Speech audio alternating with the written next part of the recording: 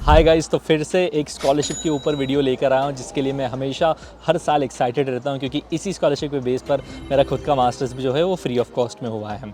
तो जो regular viewers हैं उन्हें पता होगा कि यार मैं किस टाइप की स्कॉलरशिप वीडियोस बनाता हूँ। तो आप और अगर नए हो तो इस वीडियो को एंड तक देखना ताकि आपको यहाँ पर स्कॉलरशिप का जो है सीन समझ आ जाए इटली में कैसा चलता है।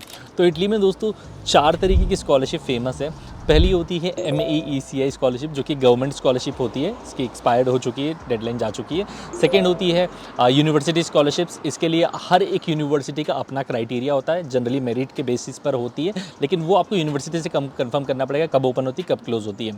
नेक्स्ट स्कॉलरशिप है दोस्तों invest your talent in Italy. ये मोस्टली जो है फेब के मंथ में अराउंड ओपन होती है, तो ये भी इसकी भी डेडलाइन जा चुकी है।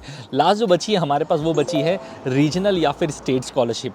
इस स्कॉलरशिप की सबसे अच्छी बात ये है कि ये नीड बेस्ड स्कॉलरशिप्स है और बाकी जो मैंने आपको स्कॉलरशिप्स बताई थी वो सारी की सारी मेरिट बेस्ड स्कॉलरशिप थी। तो इसमें आपको ऐसे परसेंटेज का रिक्वायरमेंट नहीं होगा। अगर परसेंटेज का रिक्वायरमेंट होता तो मेरे तो 62% थे, मुझे तो कभी भी नहीं मिलती। तो ये बेस्ट पार्ट है इस स्कॉलरशिप का। ये स्कॉलरशिप भी दोस्तों इटालियन गवर्नमेंट ही ऑफर करती है। अच्छा, इसको रीजनल या फिर स्टेट स्कॉलरशिप इसलिए कहा जाता है क्योंकि इटली में अराउंड 20 रीजन्स है और हर रीजन्स मतलब आप स्टेट समझ लीजिए, जैसे इंडिया में स्टेट्स हैं तो वैसे यहाँ पर भी 20 स्टेट्स है और हर एक स्टेट की अपनी स्कॉलरशिप है। फॉर एग्जाम्पल मैं अभी जहाँ पर बैठा हूँ ये लाजियो रीजन है, तो यहाँ पर जितने भी यूनिवर्सिटीज़ है पब्लिक यूनिवर्सिटीज़ उनकी स्कॉलरशिप जो है वो लाजियो स्कॉलरशिप लगेगी। अगर आप लोम्बार्डी रीजन में होते हो, एक और स्टेट है यहाँ का, वहाँ पर होगे तो आपकी DSC स्कॉलरशिप लगेगी। तो वो आपको पता करना पड़ेगा आपकी यूनिवर्सिटी से भी कि या तो रीजन कौन सा है, या यूनिवर्सिटी को ईमेल करके भी पता कर सकते हो कि यार मेरी स्कॉलरशिप कौन सी होने वाली है, अगर आपको नहीं पता होता है तो सबसे पहले मैं इसके बेनिफिट्स तो आपको बता दूँ, फिर उसके बाद हम समझेंगे रिक्वायरमेंट्स और उसके बाद समझेंगे एप्लीकेशन प्रोसेस। तो अगर हम इसके बेनिफिट्स की बात करें तो सबसे मोस्ट इंपॉर्टेंट बेनिफिट है कि यहाँ पर आपकी ट्यूशन फीस जीरो हो जाती है, completely zero to be honest with you guys. तो यहाँ पर एवरेज जो ट्यूशन फीस है इटालियन यूनिवर्सिटीज़ में वो अराउंड 1000 यूरोस ही होती है ऑन एन एवरेज, बट वो भी वेव्ड ऑफ हो जाती है because of this scholarship. Second, आपको जो है आपके इटालियन बैंक अकाउंट में जो कि आप यहाँ पर आने के बाद ओपन करने वाले हो, उसमें आपको 6.5 लाख रुपीज़ पर ईयर का जो है अमाउंट क्रेडिट होने वाला है आपके अकाउंट में, एक्चुअल अमाउंट जो कि 2 इंस्टॉलमेंट्स में होता है, जो कि मैं आगे आपको बताने वाला हूँ। तो अगर आप मास्टर्स के लिए आ रहे हो तो गेस करो कि आपको अराउंड 13-14 लाख तक की स्कॉलरशिप मिल सकती है कंप्लीट 2 इयर्स का है तो। और अगर आप बैचलर्स के लिए आ रहे हो तो अप टू 20 लाख तक की स्कॉलरशिप भी आप ग्रैब कर सकते हो। थर्ड, इसमें आपको जो है अकोमोडेशन मिलता है यूनिवर्सिटी के हॉस्टल्स में ही, और आपको कैंटीन सर्विसेज मिलती है यूनिवर्सिटी के कैंटीन में ही। तो ये 4 सबसे ज़्यादा मेजर इसके इंपॉर्टेंट बेनिफिट्स होते हैं। और भी काफ़ी बेनिफिट्स होते हैं, आपको ट्रांसपोर्टेशन में जो है डिस्काउंट्स मिल जाते हैं, बुक्स में डिस्काउंट्स मिल जाते हैं एंड सो ऑन। बट ये 4 जो है मेजर होने वाले हैं। अगर हम इसके रिक्वायरमेंट्स की बात करें तो सबसे पहली रिक्वायरमेंट है कि आपका एडमिशन होना चाहिए किसी भी इटालियन पब्लिक यूनिवर्सिटीज़ में। हालांकि कुछ रीजन्स जो है वो प्राइवेट यूनिवर्सिटीज़ के लिए भी स्कॉलरशिप ऑफर करते हैं, but I don't recommend that. So public university में आपका एडमिशन होना चाहिए। कोर्स हो सकता है बैचलर्स, मास्टर, PhD, स्पेशलाइजेशन, कोई सा भी कोर्स हो सकता है, बट एडमिशन जो है इटालियन पब्लिक यूनिवर्सिटी में होना चाहिए।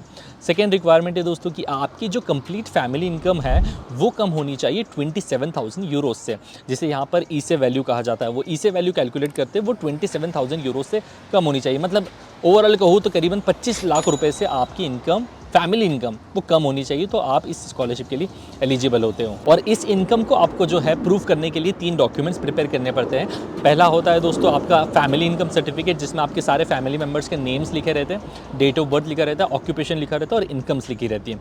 सेकेंड सर्टिफिकेट आपको बनवाना पड़ेगा प्रॉपर्टी सर्टिफिकेट, आपकी जितनी भी स्क्वायर मीटर की प्रॉपर्टी होगी वो आपको मैंशन करनी होगी।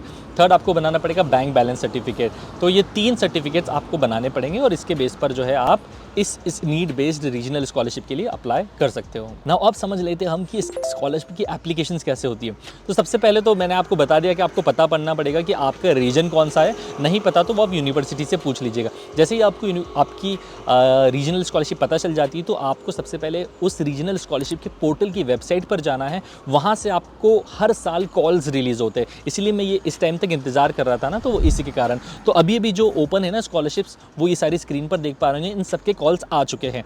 तो वो इटालियन में रहते हैं, कई बार इंग्लिश में भी मिल जाता है आपको।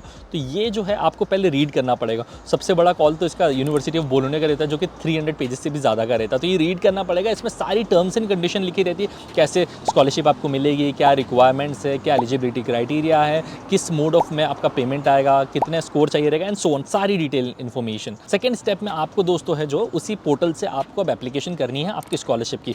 और जो जनरल टाइमलाइन होती है एप्लीकेशन करने की वो होती है जून से लेकर सितंबर।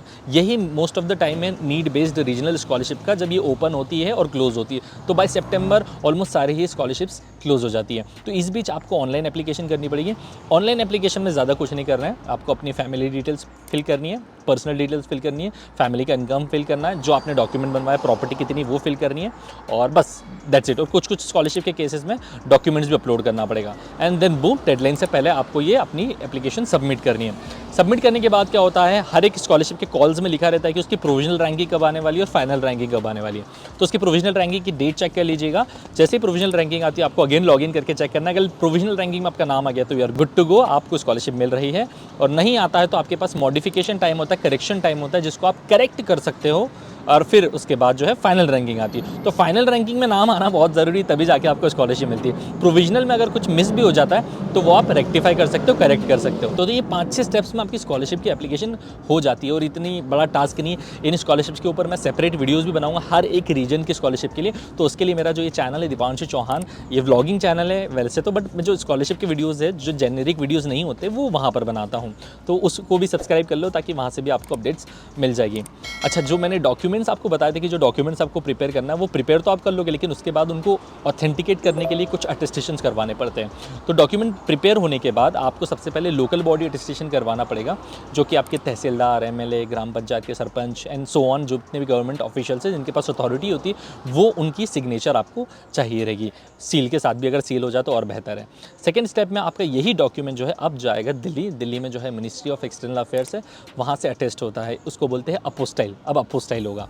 थर्ड प्रोसेस है दोस्तों, अभी इसी डॉक्यूमेंट को आपको ट्रांसलेट कराना है इटालियन लैंग्वेज में। मोस्ट ऑफ द केसेस में लैंग्वेज में ट्रांसलेट कराना पड़ता है एंड देन फाइनली फिर इसको इटालियन एम्बेसी से जो है वीएफएस के माध्यम से आप जो है इसको लीगलाइज कराने वाले हैं।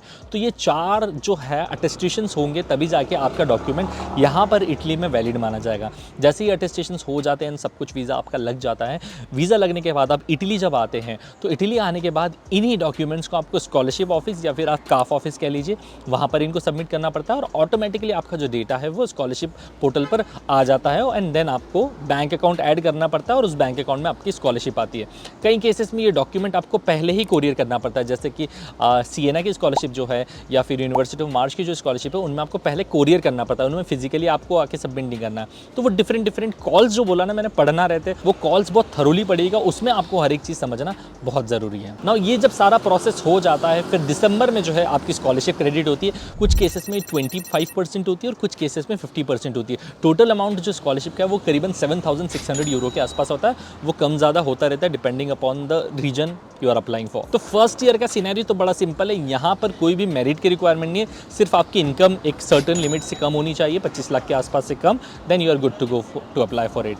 ना नेक्स्ट ईयर के लिए क्या होता है कि नेक्स्ट ईयर के लिए एक बेयर मिनिमम रिक्वायरमेंट है। वो रिक्वायरमेंट ये रहती है कि टोटल यहाँ पर 60 क्रेडिट्स होते हैं, वो 60 क्रेडिट्स में से आपको जो है 30 क्रेडिट्स लाने रहते हैं, तो आप सेकेंड ईयर के लिए भी एलिजिबल हो जाते हो। मतलब 100 में से 50% लेना रहता है। तो यार ये तो बड़ा आसान है, अगर आप यहाँ पर पढ़ने के लिए आ रहे हो तो इतना तो स्कोर कर ही लोगे कैसे भी करके। तो इस तरीके से फर्स्ट और सेकेंड ईयर की स्कॉलरशिप ग्रैब कर सकते हो। अगर बैचलर्स के लिए तो थर्ड ईयर की भी स्कॉलरशिप ग्रैब कर सकते हो। एंड काफ़ी डाउट आता है मन में कि यार सच में ऐसा होता है या नहीं, तो गाइज 100% होता है। आप जितने भी स्टूडेंट्स यहाँ पर पढ़ रहे हैं पब्लिक यूनिवर्सिटीज़ में, आप किसी भी स्टूडेंट से पूछ सकते हैं। तो और अगर आपको मेरी हेल्प चाहिए, मेरी टीम की हेल्प चाहिए इन स्कॉलरशिप, एडमिशन या वीज़ा के प्रोसेस, तो आप इन नंबर्स पे कांटेक्ट करके भी अपनी असिस्टेंस ले सकते हैं। तो अगर आपको ये वीडियो पसंद आया तो आप इसको लाइक करना। तो मिलते हैं हम लोग नेक्स्ट वीडियो में। Till then bye bye, take care and all the very best.